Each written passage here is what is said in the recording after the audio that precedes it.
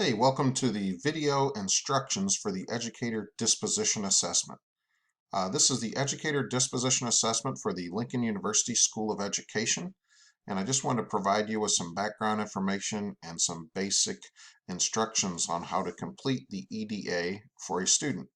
First of all, you probably received a link to this form on Microsoft Forms from a student or from the Field and Clinical Experience Coordinator to complete this EDA for a student that's either applying to the EPP, the Educator Preparation Program, they are in their mid-level or practicum experience, or they are applying to student teach.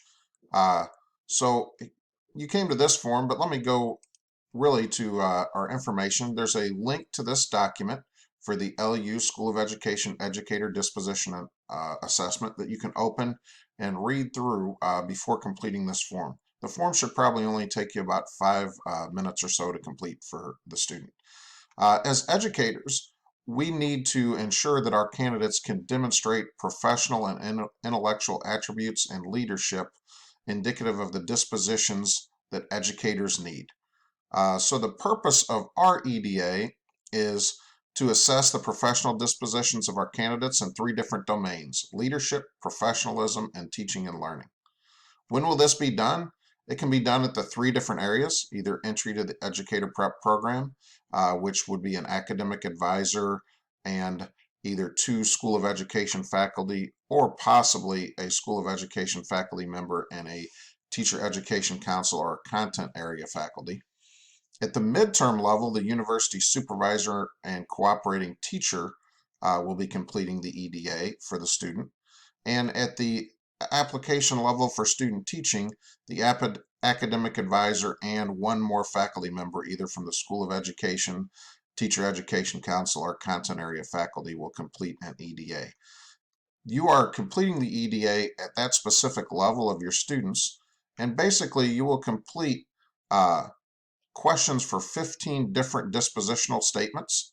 I believe there are 5 for each of the areas on a rubric. And this rubric is aligned with the Missouri teaching standards and uses criteria the same as the Missouri Educator Evaluation System. So what's real important to understand the 4 levels and what they are. So this is probably the most important part of this video, so pay attention a little bit here. The 4 levels on the rubric are unacceptable. This means that the person doesn't reflect behaviors or dispositions to support student learning. If you mark a student unacceptable, which would be emerging in the MEAS language, you would have to then develop a performance improvement plan beyond the committee to help this student move along from the unacceptable category. So these should be used sparingly, but if you think a student doesn't have the professional disposition to be an educator, you should mark this so we can get other people involved in either remediating or helping the student determine an alternate way to success. The next level is developing. This is where most of our students will probably be, is in the second 2 categories. Developing means the person has a positive professional disposition. They can support learning and development, but there's some room for improvement. Most of the students in a teaching program should probably be in developing, especially in the first 2 levels of completing this EDA. The 3rd level is proficient or skilled. This means the person has positive professional dispositions and they could be skilled enough to lead a classroom on their own. All right, this would be like a student teacher, beginning level teacher, when we're considering some proficiency or competency level. And then another one that should be used sparingly would be exemplary or exceeding. We shouldn't have students that are applying for the EPP have this in every category, because that shows that our inter-rater reliability is poor. Exemplary or exceeding would be like a 4 on the MEAS, which is really only used for students that are teachers that should have the skills that a 1st to 5th year excellent teacher would have. So this category should be used sparingly as well. So in order to develop some inter-rater reliability, make sure you watch this video, understand these 4 different levels, and if not, please contact the Dean of the School of Education or the Field and Clinical Experience Coordinator for some additional training and clarification on the levels. Once you get to that point, you can read through the rest of this document. And this document here is basically the rubric for the Educator Disposition Assessment. It is in your original document. It goes over all of our different levels of performance.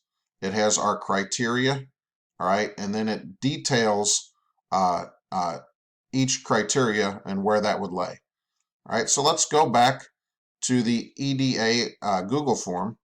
And as you scroll down, it provides you a lot of the information that's in that document.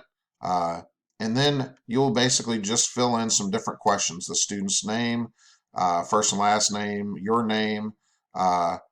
We're going to make this a drop-down menu. Are you an advisor, a SOE faculty, a TEC or content area faculty? And then you'll go through each of these areas and pick either not observed, which is, if you haven't observed it, choose not observed. Unacceptable emerging, which is somebody that we need to meet with. Developing and proficient and skilled are the two levels we should probably see most. And exemplary exceeding is somebody that goes way above and beyond and would be considered as skilled as a veteran teacher. So you'll go through all the different questions. And when you get to the bottom of each category, say leadership, if you selected anybody unacceptable or emerging, you need to explain why. Then you'll go to the professionalism level, all right, and then you'll go all the way down to the teaching and learning questions. And the same thing, if there's any area where you put unacceptable, you're asked to explain.